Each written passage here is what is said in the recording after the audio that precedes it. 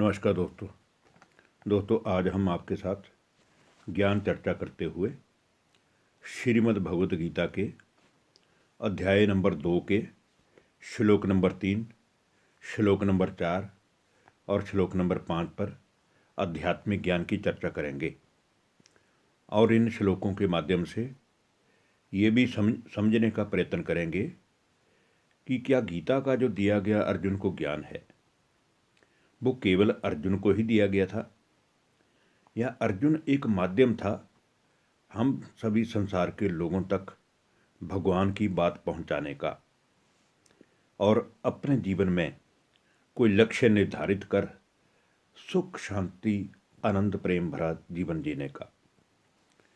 तो आइए अब हम बात करते हैं श्रीमद् भगवत गीता के दूसरे अध्याय के श्लोक नंबर 3 की, जिसमें भगवान अर्जुन को कहते हैं क्लैब्यम मां स्म गमे पार्थ नैतत्व ययुपपद्यते क्षुद्रम हृदय दुर्बल्यम त्यक्तवोत्तिष्ठम परंतपः।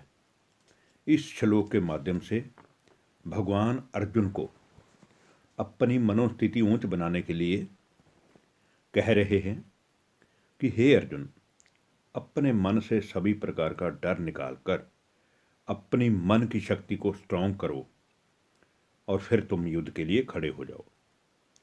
साथ ही साथ वो अर्जुन को उलाहना भरे स्वर में ये भी एहसास करवा रहे हैं कि हे अर्जुन, तू मेरे साथ होते हुए भी इतना दुर्बल कैसे हो गया?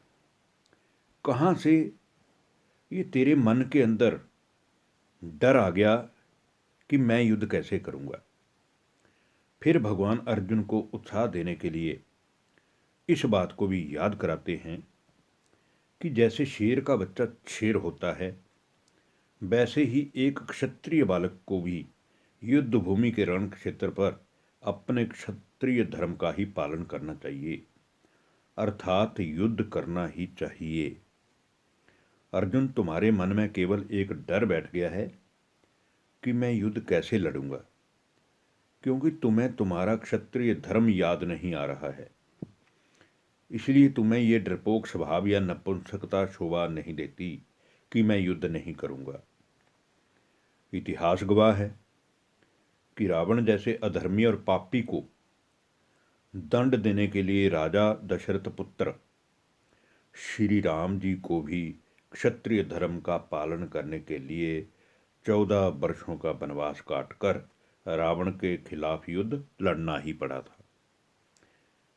इसलिए अब भी अगर तू युद्ध नहीं करेगा तो विपक्षी सेना के योद्धा लोग तुझे युद्ध से डरा हुआ देखकर बहुत काल तक तेरा मजाक उड़ाएंगे, तेरा उपहास उड़ाएंगे, या फिर तुझे निहत्था देखकर बाणों से बींध देंगे। तो भी इससे बड़ा दुख कोई और हो नहीं सकता।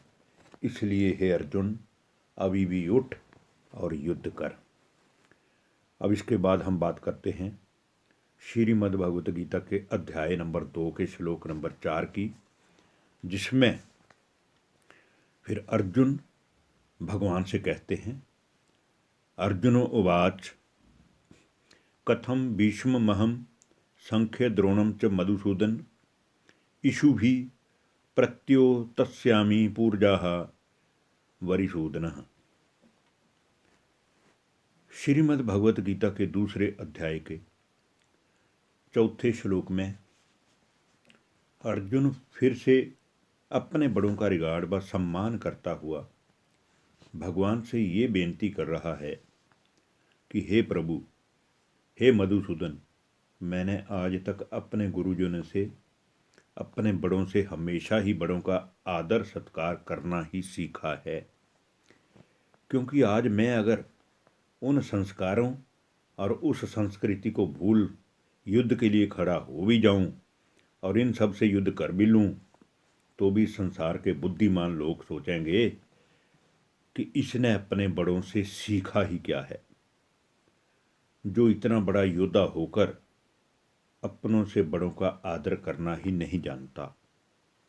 इसलिए इस श्लोक द्वारा भी अर्जुन अपने मन की पीड़ा का जिक्र भगवान से करता हुआ भगवान को यही बताने की कोशिश कर रहा है कि हे मधुसूदन, ये जो भीष्म पितामह हैं वह मेरे दादा के समान हैं। वह गुरु द्रोणाचार्य तो स्वयं मुझे विद्या सिखाने वाले मेरे गुरु हैं। तो फिर आप स्वयं ही मुझे बतलाइए कि इन दोनों के ऊपर प्रहार करना कहाँ की बुद्धिमता है कि इनसे सीखकर मैं इन पर ही वार करूं तो संसार मुझे कभी माफ नहीं करेगा। हे प्रभु, ये उचित नहीं है। इसलिए हे प्रभु, ये भीष्म पितामह और गुरु द्रोणाचार्य दोनों ही मेरे लिए अति पूजनीय हैं, अति सम्माननीय हैं। इसलिए भी मैं इनके खिलाफ युद्ध नहीं लड़ूंगा। इसके बाद फिर अर्जुन कहते हैं, अब हम बात करते हैं श्रीमद् भगवद गीता के दूसरे अध्याय के श्लोक नंबर 5 की, जिसमें अर्जुन फिर अपने मन की बात भगवान से कहते हैं।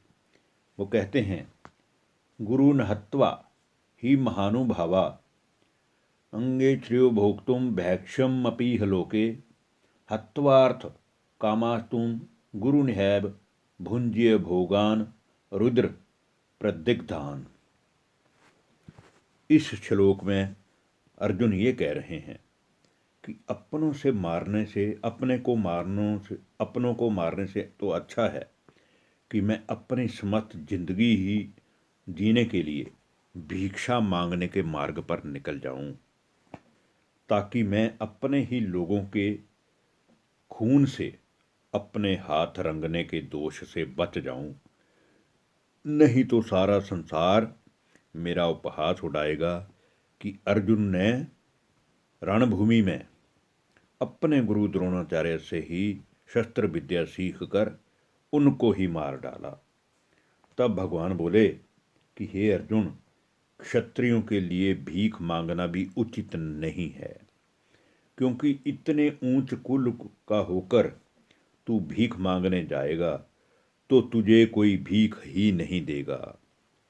तब भी शर्म के मारे तुझे युद्ध तो करना ही पड़ेगा। और हे अर्जुन, अगर तू युद्ध नहीं करेगा तो तेरी विपक्षी सेना के योद्धा लोग, जो कि शस्त्रों से सज धज कर चारों तरफ विशाल सेना के रूप में उपस्थित हैं और युद्ध भूमि में एक निर्णायक व्यूह रचना करके खड़े हैं, वो तुझे जीवित नहीं छोड़ेंगे। इसलिए भी अर्जुन, तुझे युद्ध करना ही पड़ेगा। धन्यवाद। नमस्कार दोस्तों।